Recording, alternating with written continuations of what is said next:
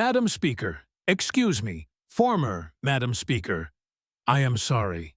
Could you please state the year you first ascended to the role of Speaker of the House? The voice was unhurried and soft. It possessed that slow Louisiana cadence that transformed every statement into a chat on a veranda instead of a cross-examination in a Senate chamber. Senator John Kennedy reclined in his seat, with his reading spectacles resting at the tip of his nose, gazing at Nancy Pelosi over the rim like a tolerant grandfather waiting for a toddler to recall a basic fact. It was not the quiet of a person cautiously weighing their response, nor was it the pause of someone estimating political fallout. This was a vacant stillness.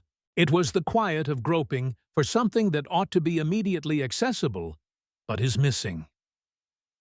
Nancy Pelosi sat at the testimonial table in the Senate Judiciary Committee room, surrounded by two attorneys in high-priced tailoring.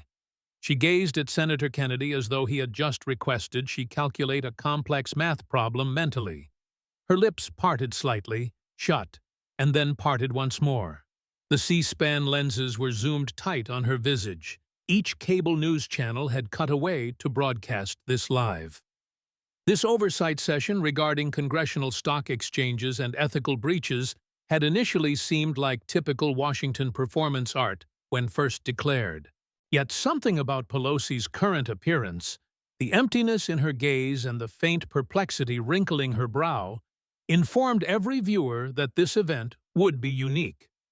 10 seconds ticked by, then 15. The quiet grew agonizing. That was the moment we reclaimed the House from the Republicans after she was fumbling, reaching out like she was attempting to recall a login code typed thousands of times. But suddenly, when it mattered most, the information was simply vanished. Kennedy's tone stayed soft, bordering on benevolent. 2007, ma'am. You became Speaker in January of 2007, which was 17 years ago. Do you recollect that fact? Pelosi's cheeks colored faintly. Certainly I recall. I was merely wondering what year you became Speaker the second time. Another hesitation occurred, this one more protracted. Her attorneys moved uneasily in their chairs. One lawyer leaned in to murmur something, but Kennedy raised a palm. I would prefer Mrs. Pelosi to respond from her own recollection if you do not object. The attorney retreated. Pelosi gazed down at the surface before her. 2019. I think it was 2019. Yes, ma'am, 2019. And you held office until January of this current year. Is that right?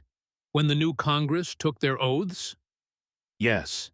So you served as Speaker of the House on 2 occasions for a sum of roughly 12 years, holding one of the most potent roles in the American government, third in succession for the presidency. You possessed access to top-secret intelligence reports. You cast votes on authorizations for war. You dictated which bills reached the floor. Do you recall that era? Well, naturally, I do. Kennedy lifted a paper from the pile before him.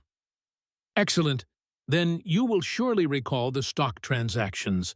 Allow me to inquire about those specific instances. He fixed his glasses and peered down at the document. March 15th, 2020, which was a Sunday right in the midst of the initial COVID hysteria. Do you recollect that specific day? Silence followed. Ma'am, do you possess a memory of March 15th, 2020? Pelosi's tone was hushed. I recall that was during the crisis. Yes, on that date, you and your spouse Paul bought $5 million worth of call options for Pfizer stock. These were call options that would yield profit if Pfizer's share value rose. Do you remember that transaction? More silence ensued. Mrs. Pelosi, do you recall buying $5 million in Pfizer options? My husband manages our portfolio. I do not involve myself in daily operations, but you signed the financial transparency form. Kennedy displayed a document. This is your autograph right here at the bottom, is it not? He raised it so the lenses could capture it. Her signature was plainly legible on the projection screen behind her back. Pelosi gazed at the image. There was zero familiarity in her eyes. She was viewing her own autograph as if it belonged to a stranger. "Do you remember endorsing this form, ma'am? I signed numerous papers." This particular one revealed a $5 million trade executed the day prior to the House voting on the CARES Act. The initial massive COVID relief legislation was worth $2 trillion. You were the speaker. You directed the negotiations. And on the day preceding the vote, your family placed $5 million into a pharmaceutical firm that stood to gain massively from pandemic response appropriations. You do not remember that? She did not reply. Kennedy leaned in a bit closer.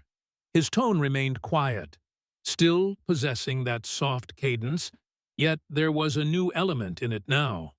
It was concern, genuine worry. "Mrs. Pelosi, are you aware of what day it is today?" She glanced up at him, then at her attorneys, then back toward Kennedy. Every person watching, including senators, staff members, and millions of television viewers, perceived the exact same thing in her expression. She did not know. She truly did not know what day it was. Her attorney leaned close and murmured into her ear. She nodded her head slightly. "Thursday," she stated. "Your attorney just informed you of that," Kennedy noted softly. "Did you know it was Thursday prior to him telling you?" A long and dreadful silence followed. "What is the date, ma'am?" Another hesitation occurred. She appeared disoriented. "January 22nd, her lawyer whispered. "January 22nd, Pelosi echoed. Kennedy reclined back in his seat. He appeared sorrowful. "Mrs. Pelosi, I must inquire, are you presently under a physician's supervision for memory issues?" That was the instant everyone watching understood what this hearing was truly regarding. It was not merely about stock transactions. It was about whether Nancy Pelosi, one of the most potent politicians in American chronicles, had been rendering decisions impacting hundreds of millions of people while her memory was actively deteriorating. The silence that ensued after that query persisted for 20 seconds. It felt like 20 years. She did not respond because she could not respond. And in that instant, 50 years of political authority concluded not with a corruption scandal, not with a ballot, but with a simple inquiry about what day it was. 4 hours prior, the setting had been vastly different. Thursday morning, January 22nd, 2026. The Senate Hart Office Building, Room 216.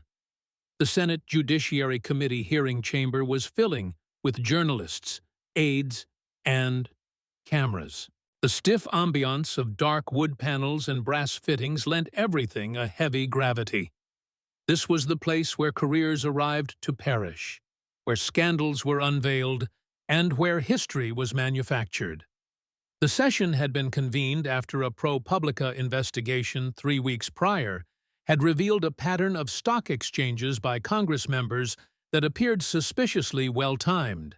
The headline had been condemning, titled "Congress's Inside Traders." It detailed how lawmakers amassed millions from data inaccessible to the public.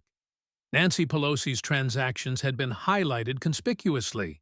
Charts displaying her husband's acquisitions and liquidations were aligned against major bills and classified updates. The pattern was impossible to overlook. Purchase pharmaceutical shares immediately before pandemic funding. Buy technology stocks right before legislation favoring tech firms. Sell defense shares just before negative news regarding military contracts. It happened over and over and over. The total gain during her tenure as Speaker was $140 million on a congressional wage of $223,500 annually. The Senate Judiciary Committee had voted to conduct hearings, and they had subpoenaed Nancy Pelosi to testify under oath. She was no longer Speaker. Republicans had captured the House in the 2024 elections, yet she remained a sitting member of Congress and had no option but to show up. At 9:45 in the morning, she arrived.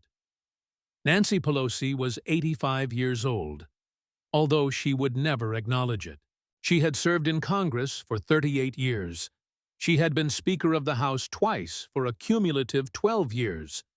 She had stared down presidents, survived scandal after scandal, and wielded authority with an iron grip wrapped in designer blazers and costly gems. She walked into the hearing room flanked by her attorneys, two from a prestigious D.C. firm, both toting leather cases that likely cost more than most Americans earned in a month. Her chief of staff marched behind them alongside two communications aides whose task was to spin whatever occurred today into something survivable. Pelosi wore a purple suit that was flawlessly fitted. Her trademark oversized sunglasses came off as she stepped through the entry, exposing a face that had witnessed more Botox than most Beverly Hills housewives. Her hair was coiffed within an inch of its life. Her jewelry, a pearl necklace and diamond earrings, probably cost 6 figures. She appeared imperious and untouchable, as if she had done this 1,000 times prior and would do it 1,000 times more. What she did not look was anxious. That was her initial error. She took her chair at the witness table. Her lawyers sat on either flank. They organized papers, whispered to one another, and projected assurance. This was merely another hearing. Answer ambiguously. Run out the clock, return to the office, and fundraise based on the Republican assaults. It was the standard playbook. What Nancy Pelosi did not know, and what her lawyers did not know, was that John Kennedy had spent 3 weeks readying for this instant. It was not just regarding the stock trades, though. Those were damning enough on their own, but on something else entirely. 3 weeks prior, in Kennedy's office within the Russell Senate office building, his chief of staff had entered with a dense binder. "Sir, you requested I pull everything regarding Pelosi's public appearances for the last 3 years. John Kennedy looked up from the budget file he had been perusing. He was 73 years old, yet he appeared younger, fit, and sharp. The folksy Louisiana accent and the humble demeanor made people underestimate him repeatedly. He preferred it that way. His curriculum vitae told a different tale. Vanderbilt undergraduate, University of Virginia law degree, then Oxford on a scholarship. He clerked for a federal judge. He practiced law for 2 decades. He was state treasurer for 8 years. Then came the Senate. He was not what he seemed. He never had been. "What did you discover?" Kennedy inquired. His chief of staff dropped the folder onto the desk. It was 3 inches thick. Video transcripts, interview clips, I flagged the troubling sections. Kennedy opened it and began reading. Within 5 minutes, he was jotting notes. An interview from June 2024 on MSNBC showed Pelosi referring to President Trump as President Bush 3 times before her staff corrected her. A speech at a fundraiser in August 2024 showed she repeated the exact same sentence 4 times in 90 seconds, word for word, like a skipping record. A press conference in September 2024 showed she confused the name of her own committee assignment, calling the Appropriations Committee the Apportionments Committee. A deposition in a civil case in December 2024 showed the transcript recording her answering "I do not recall" or "I do not remember" 76 times in 4 hours. Kennedy looked up. "This is more than just old age." His chief of staff nodded. "The pattern is getting worse. Compare early 2023 to late 2024. It is accelerating. Has anyone raised this publicly? Not really, just some Twitter speculation. But mainstream media will not touch it. She is still too powerful and too connected." Kennedy leaned back in his chair. He was quiet for a long moment. Pull her financial disclosures, all of them. Every stock trade her husband made while she was Speaker. I want dates, amounts, and I want to cross-reference them with classified briefings and committee votes. You think the stock trading is connected to the cognitive issues? I think if she cannot remember what year she became Speaker, she cannot remember signing off on $5 million trades, which means someone else was making those decisions using her access while she was too impaired to notice or care. His chief of staff whistled low. That is a serious allegation. It is not an allegation. It is a question, and I am going to ask it in public on live television, and we are going to watch her try to answer. They spent 2 weeks building the case. Not a legal case, as Kennedy was not a prosecutor anymore. It was a narrative case, a pattern.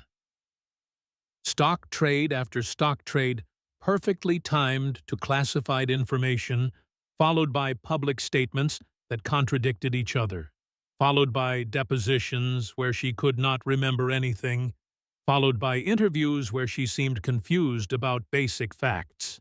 By the time they were done, Kennedy had a binder. It was 30 pages, everything documented, everything sourced, everything public record. He was not going to ambush her with secret information. He was going to ask her to remember things she should know, and he was going to watch her fail. Now, at 10 o'clock a.m. on January 22nd, the hearing was called to order. The chairman gave the room to silence. The Senate Judiciary Committee hearing on congressional stock trading and potential ethics violations will now come to order. He read through the formalities, the purpose of the hearing, the rules, and the witness list. Nancy Pelosi was the star attraction, but there would be others later, including former SEC officials, ethics experts, and law professors, but everyone was here for her. The chairman recognized the ranking member for an opening statement. A Democrat from California.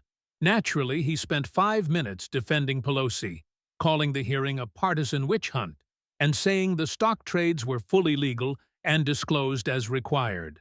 Then a Republican senator gave a statement attacking her. The American people are tired of watching their representatives get rich off insider information while working families struggle. It was standard partisan theater, Democrats defending and Republicans attacking.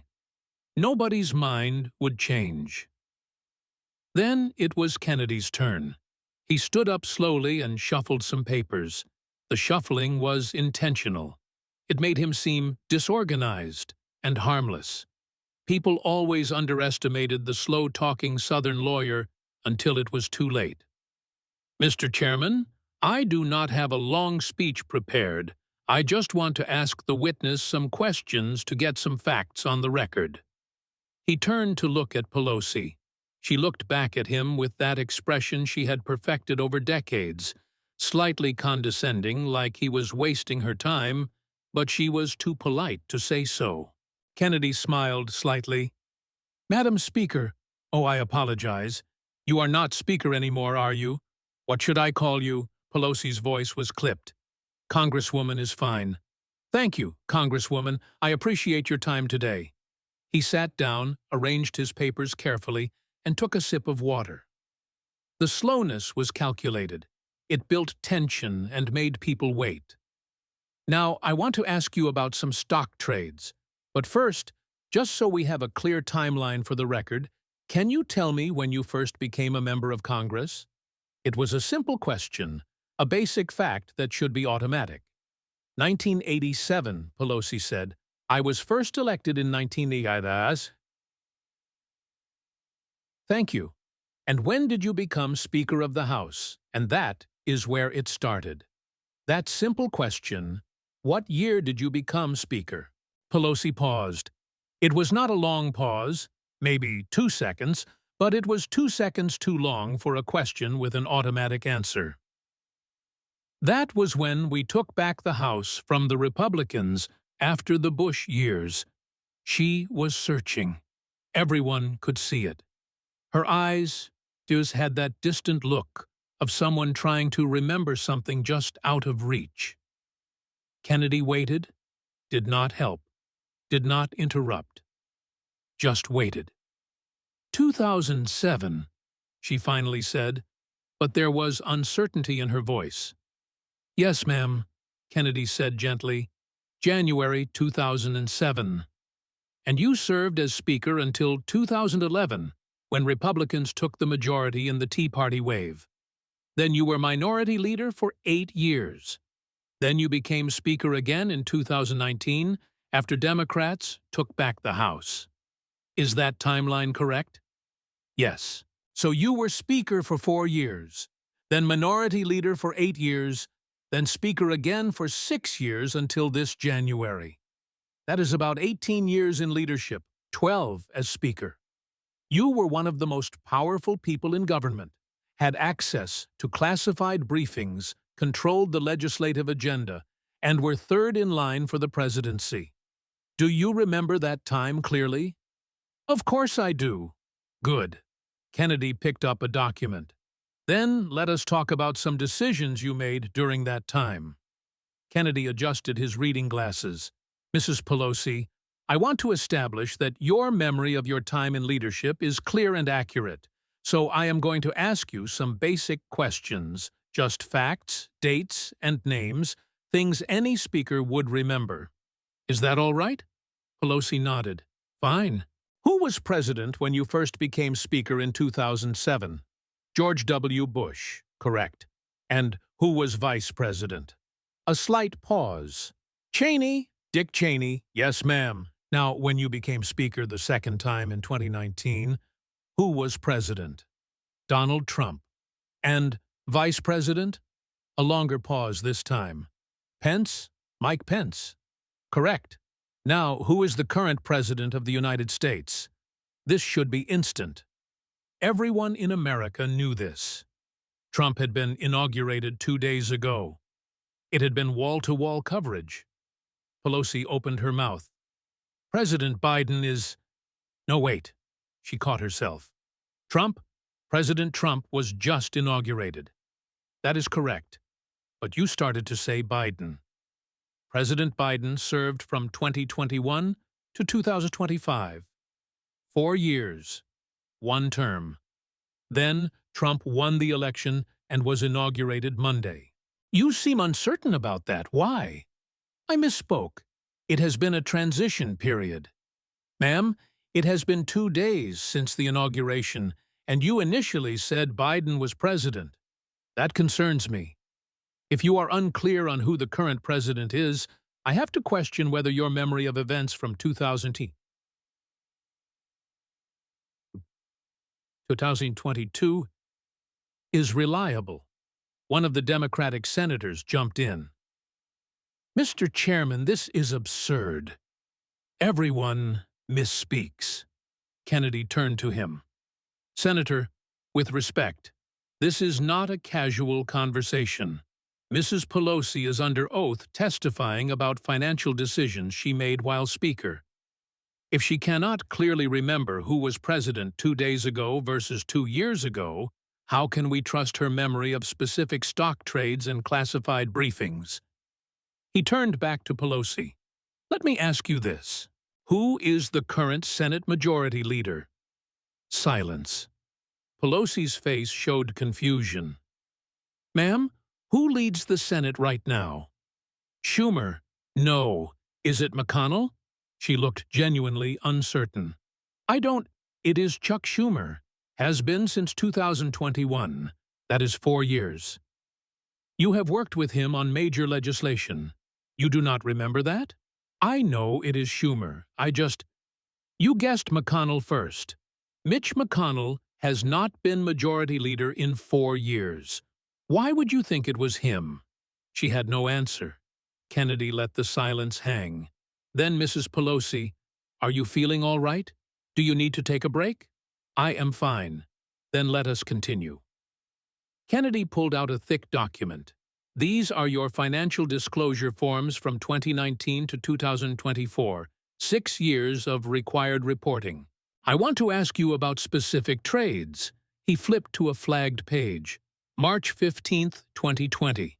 Do you remember that date? I do not recall specific dates without... Let me help you. March 15th, 2020 was a Sunday. The COVID pandemic had just been declared a national emergency. The country was shutting down. The stock market had crashed. People were panicking. Do you remember that time period? Of course. On that Sunday, March 15th, you and your husband purchased $5 million in call options for Pfizer stock. Do you remember that trade? Silence.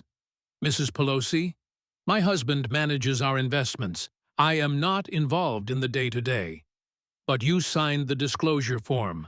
By law, you have to disclose any trade over $1,000 within 45 days. This was $5 million. Your signature is on the form. He held it up.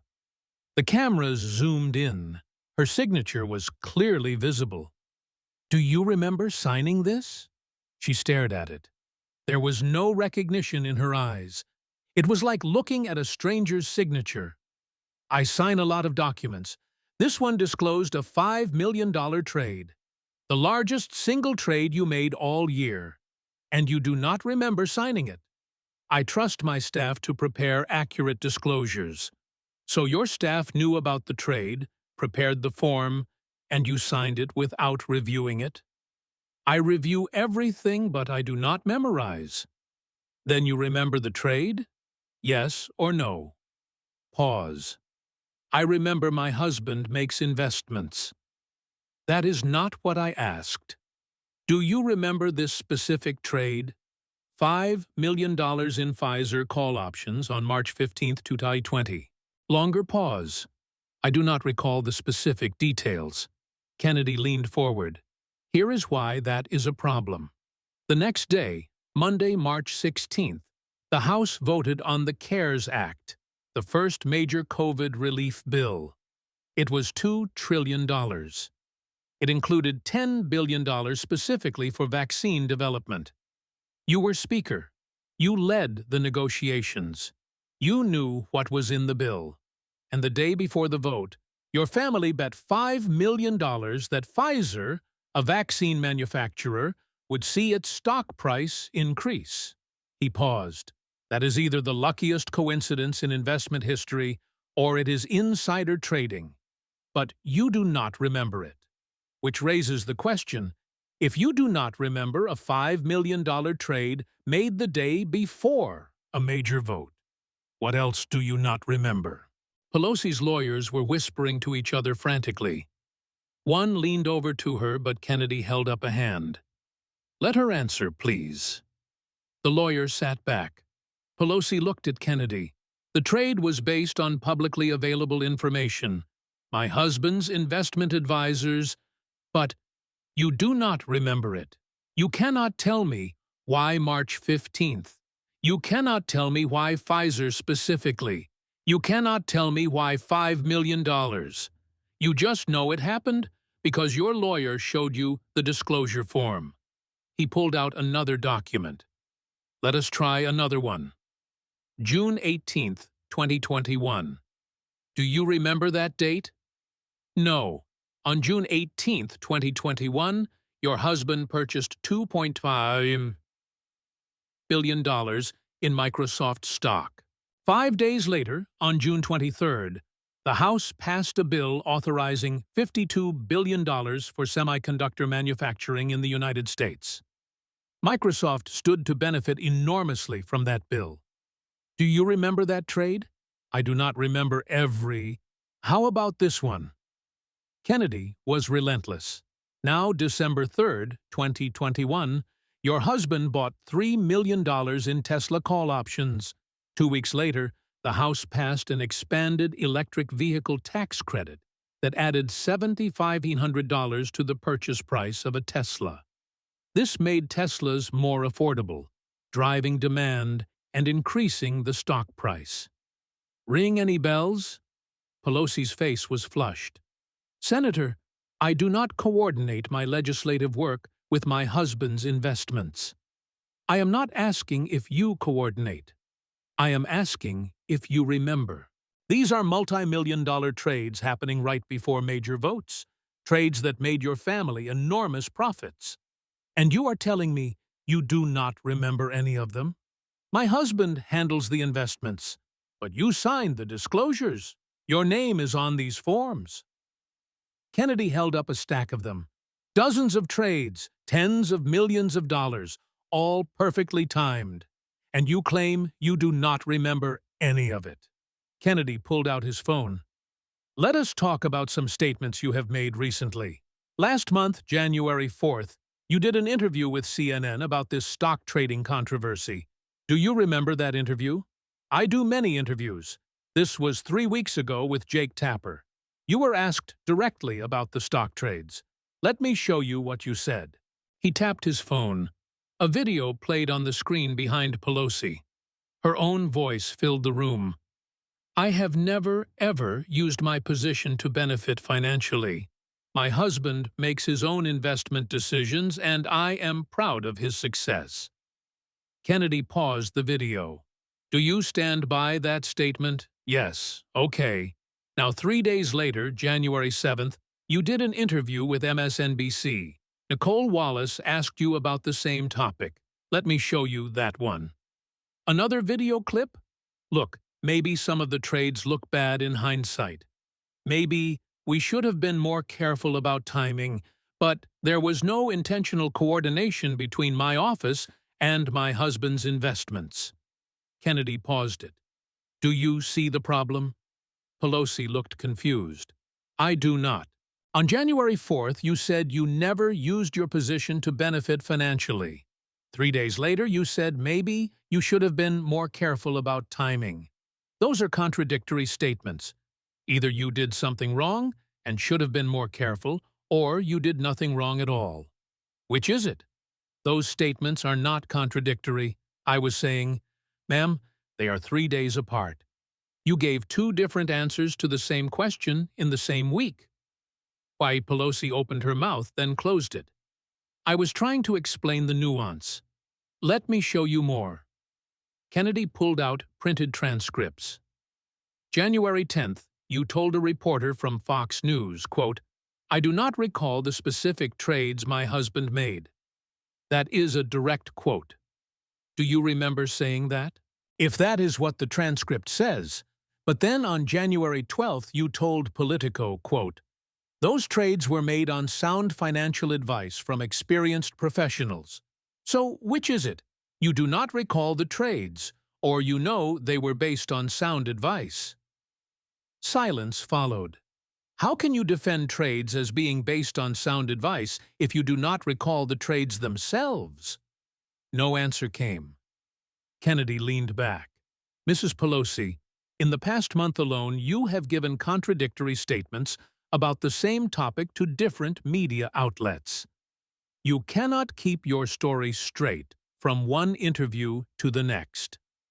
Combined with your inability to remember basic facts, like who the current Senate Majority Leader is, I am genuinely concerned about your memory. Kennedy pulled out a bound document. It was thick, maybe 200 pages. Mrs. Pelosi, 3 weeks ago, you were deposed as part of a civil lawsuit related to these stock trades. It was a shareholder lawsuit against some of the companies involved. You were deposed under oath for 4 hours. Do you remember that deposition? Yes. Good. Do you remember how many times you answered, I do not recall or I do not remember during that deposition? Silence. You do not remember how many times you said you do not remember. Kennedy let the irony hang. Let me tell you, 76 times in 4 hours you claimed you did not remember something. 76 times. He opened the transcript. Let me read you some of the questions you could not remember the answers to. Page 23. Do you remember discussing the CARES Act with your husband in March 2020? Your answer was, I do not recall. He flipped pages. Page 47. Do you remember when you first learned about your husband's purchase of Pfizer options? Your answer was, I do not recall. More pages. Page 68. Do you remember signing the financial disclosure form for the Microsoft purchase? Your answer was, I do not recall. Page 91. Do you remember attending a classified briefing on semiconductor supply chains before the CHIPS Act vote? Your answer was, I do not recall. Kennedy looked up. Mrs. Pelosi, these are not trivial questions. These are major events, classified briefings that only a handful of people in the country have access to, multi-million-dollar trades and signature legislation, and you do not remember any of it. Her lawyer jumped in. Senator, depositions are adversarial proceedings. Lawyers advise witnesses to be careful with their answers. I understand how depositions work, Counselor. I have taken hundreds of them. But there is a difference between being careful and having no memory. And here is the real problem. Kennedy flipped to another section. On page 47 of this deposition, you were asked, do you discuss investment strategies with your husband? Your answer was no. My husband handles all of our investments independently. He flipped forward. But on page 103, you were asked, did you ever talk with your husband about market trends or economic conditions? And you answered occasionally we discuss general economic trends like any married couple might. He looked up. So, which is it? You do not discuss investments with him at all? Or you occasionally discuss economic trends because economic trends inform investment strategies? Those answers contradict each other, and they are from the same deposition, 50 pages apart. Pelosi looked flustered. I was trying to distinguish between specific trades and general conversations. But you cannot remember either. You said, I do not recall 76 times. You cannot remember the conversations, but you also cannot consistently describe whether the conversations happened at all. Kennedy's voice softened. It was almost kind now, which somehow made it worse. Mrs. Pelosi, I am going to be direct with you because I think you deserve directness, and the American people deserve the truth. In the past month, you have given contradictory public statements. You have been unable to remember basic facts about current events. In your deposition, you claimed not to remember anything 76 times. Today, you have struggled to remember what year you became Speaker, who the current Senate Majority Leader is, and whether you remember multi-million-dollar stock trades made by your family. He paused. I am concerned about your memory. I am concerned about your cognitive function, and I need to ask, have you been evaluated by a doctor for any kind of cognitive impairment or memory disorder? Her lawyer immediately objected. Senator, that is a medical question that is inappropriate for this forum. It is directly relevant, Kennedy said, his voice still quiet but firm. If Mrs. Pelosi was making legislative decisions while experiencing cognitive decline, the American people have a right to know. If she was signing off on stock trades worth millions of dollars without full awareness or memory of what she was signing, that is relevant to whether those trades were made with her knowledge and consent. He turned back to Pelosi. Ma'am, I am not trying to embarrass you. I am trying to understand how these trades happened, because here is what I see. Either you made these trades knowingly, which means you used your position for personal gain, or you did not make them knowingly because you were not cognitively capable of understanding what you were signing. Either way, you should not have been in leadership. The room was completely silent. So I will ask again, have you been evaluated for cognitive impairment? Pelosi's hands were shaking slightly. I am completely competent. Then answer my questions. What was the date of the Pfizer trade? Silence. What year did you become Speaker the first time? She was searching again. Couldn't find it. What did you have for breakfast this morning? Long pause. She genuinely could not remember. What day of the week is it? Her lawyer whispered. Thursday. Thursday. she repeated. Your lawyer just told you that. Did you know it before he told you? No answer. Mrs. Pelosi, what is today's date? She looked panicked now, lost. Her lawyer whispered again. January 22nd. January 22nd, she said. Kennedy sat back. He looked genuinely sad. Mr. Chairman, I move that we request a formal cognitive evaluation of the witness before proceeding further with this investigation. The Democratic senators erupted. This is outrageous. You are attacking a woman based on her age. This is sexist ageism. But Kennedy was not backing down. Mr. Chairman, this woman had access to our nation's most sensitive intelligence for 12 years. She voted on authorizations for military force. She controlled trillion-dollar budgets. She was third in line for the presidency. And she is sitting here today unable to remember basic facts about her own career. Unable to tell us what day it is without her lawyer whispering it to her. If there is cognitive impairment, and I believe the evidence shows there is, the American people have a right to know. A Republican senator piled on. The trades speak for themselves. $140 million in gains over 12 years. Perfect timing again and again and again. Either she is lying about not remembering or she is genuinely impaired. Either way, she had no business being Speaker. Another Republican spoke up. If she was cognitively impaired while making these trades, that means someone else was using her position and access for financial gain. That is fraud. That is corruption. That is potentially criminal. The chairman tried to restore order. Gentlemen, please. Mr. Chairman, Kennedy said, I am not attacking Mrs. Pelosi. I am trying to get to the truth. And the truth is that she cannot answer basic questions. She cannot remember her own statements from 3 weeks ago. She cannot tell us what day it is without help. That is not partisan. That is observable fact. He turned back to Pelosi. Ma'am, I am going to ask you one more time, and I want you to answer honestly. Do you remember making these stock trades? Long silence. She was staring at the table. Do you remember the classified briefings that preceded these trades? Her hands were shaking visibly now. Do you know where you are right now? She looked up at him, and in her eyes, for just a moment, there was clarity. A flash of the woman who dominated Congress for decades.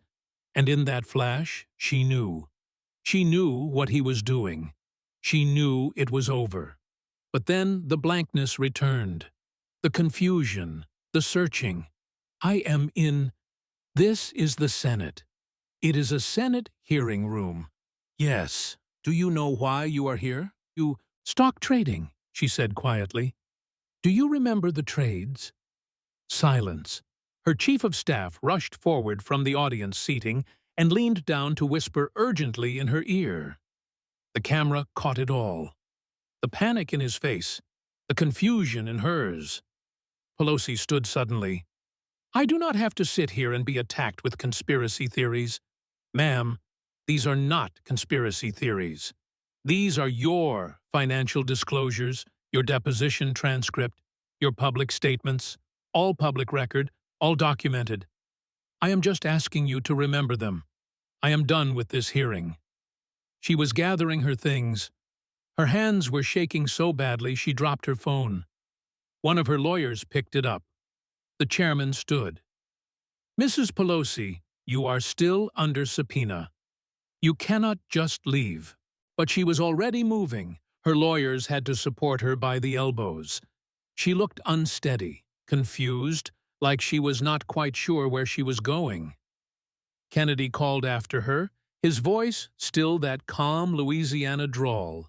Mrs. Pelosi, if you leave, we will have no choice but to refer this matter to the Department of Justice for criminal investigation into the trades and to refer the question of your cognitive capacity to the House Ethics Committee.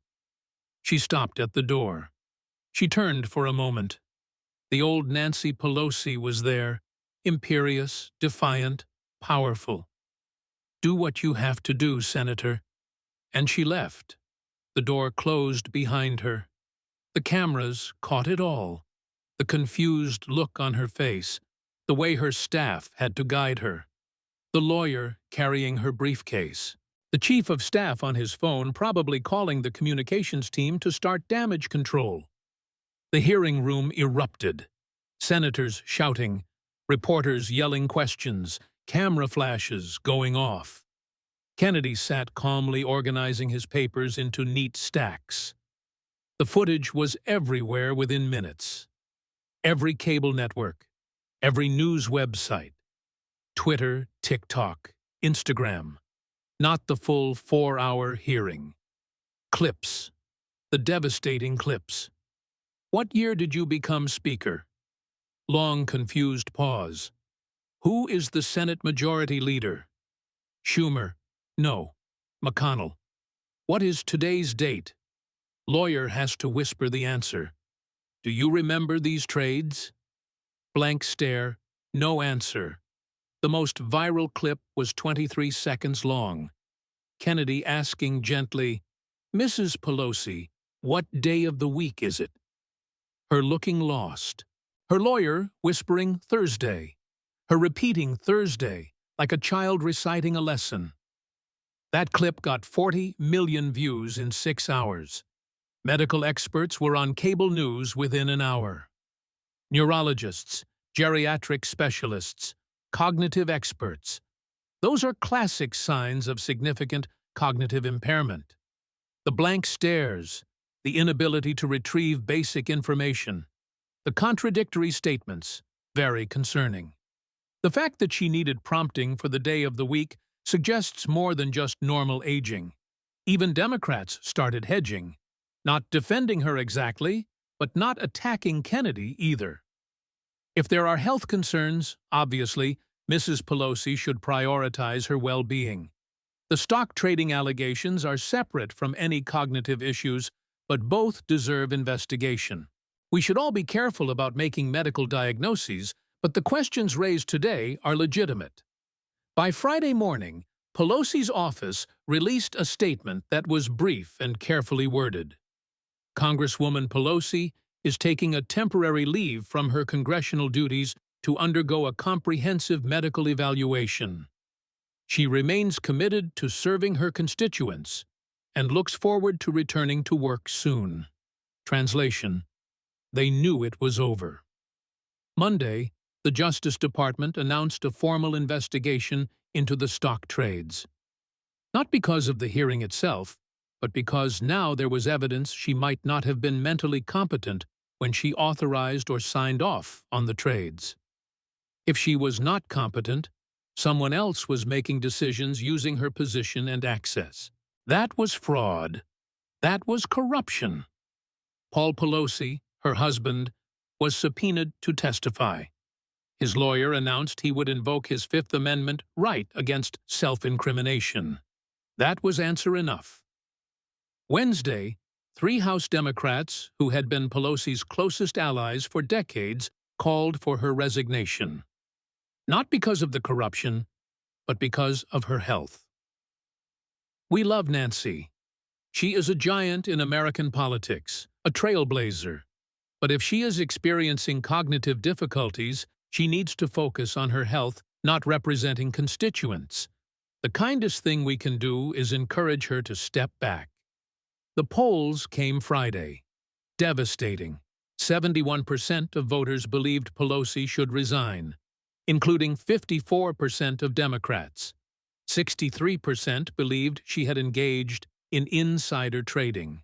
58% believed her cognitive decline meant she never should have been Speaker during her second term from 2019 to 2023. But the killer question was this: do you believe Nancy Pelosi knowingly made the stock trades in question? Yes, 44%. No, 37%. Unsure, 19%. That unsure was the problem. Because combined with no, It meant 56% of people thought she either did not make the trades knowingly or they were not sure if she had. Either she was corrupt or she was impaired. Either way, she was unfit. 10 days after the hearing, Nancy Pelosi announced her resignation from Congress, not just from leadership, but from her seat. The statement was released on a Friday afternoon, the classic news dump timing. She did not appear on camera, no press conference, just a written statement. After 38 years of service in the House of Representatives and after consultation with my family and my doctors, I have decided to retire from Congress to focus on my health. I am proud of my accomplishments, from the Affordable Care Act to marriage equality to the American Rescue Plan. I leave knowing that I fought for working families, for women, for justice. I thank the people of San Francisco for the honor of representing them. I look forward to spending time with my family and grandchildren. She did not mention the stock trades, did not mention the hearing, did not mention Kennedy, did not address any of it. Just a vague mention of health and a list of accomplishments and a dignified exit. 3 months later, the Justice Department charged Paul Pelosi with securities fraud and insider trading. 27 counts, each one corresponding to a trade that had been made within days of Nancy receiving classified information or before a major vote. He pleaded guilty. Part of the plea deal was that Nancy would not be charged. The prosecutors decided she genuinely had not been aware of what she was signing, had not been competent to have criminal intent. That was almost worse than being charged, too impaired to prosecute, too far gone to be held responsible. Paul got 18 months in federal prison and a $10 million fine. He served 14 months at a minimum security facility in California. Nancy Pelosi disappeared from public life. No interviews, no statements. Her Twitter account went silent. Her last tweet was the resignation announcement. Occasionally, there were sightings. TMZ got photos of her being helped into a car outside a medical facility in San Francisco. She looked small, frail, confused, nothing like the woman who had wielded a gavel and controlled the House of Representatives. John Kennedy gave one interview after her resignation to a reporter from the Baton Rouge Advocate, a local Louisiana paper, not national media. "Did you feel bad?" the reporter asked, exposing her like that on national television. Kennedy was quiet for a moment. "I felt bad for the country. We had someone in a position of immense power, third in line for the presidency, who could not remember what day of the week it was, who was signing documents she had no memory of signing, who was making decisions affecting hundreds of millions of people while her mind was failing. But did you feel bad for her personally?" "Of course I did. I would not wish cognitive decline on anyone. It is cruel. It robs you of yourself. But here is the thing. It is not her fault that her memory was failing. That is age, that is disease, that happens to people. What is someone's fault is the system that kept her in power, even as everyone around her could see she was declining. Her staff knew, her colleagues knew, leadership knew, and they kept her there because she was useful, because she could raise money, because she was a symbol." He paused. "I did not end Nancy Pelosi's career to be cruel. I did it because the American people deserve to know that the person making decisions on their behalf was not capable of remembering what those decisions were. That is not partisan. That is just accountability." The reporter asked one more question. "Do you think the stock trades were corrupt?" Kennedy smiled slightly.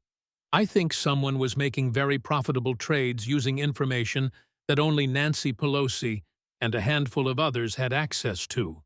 Whether that someone was her husband, her staff, or Nancy herself before her decline accelerated, I do not know. The courts will sort that out. What I know is this: you cannot serve in Congress if you cannot remember what Congress is voting on. And for at least the last 2 years of her time as Speaker, Nancy Pelosi could not remember.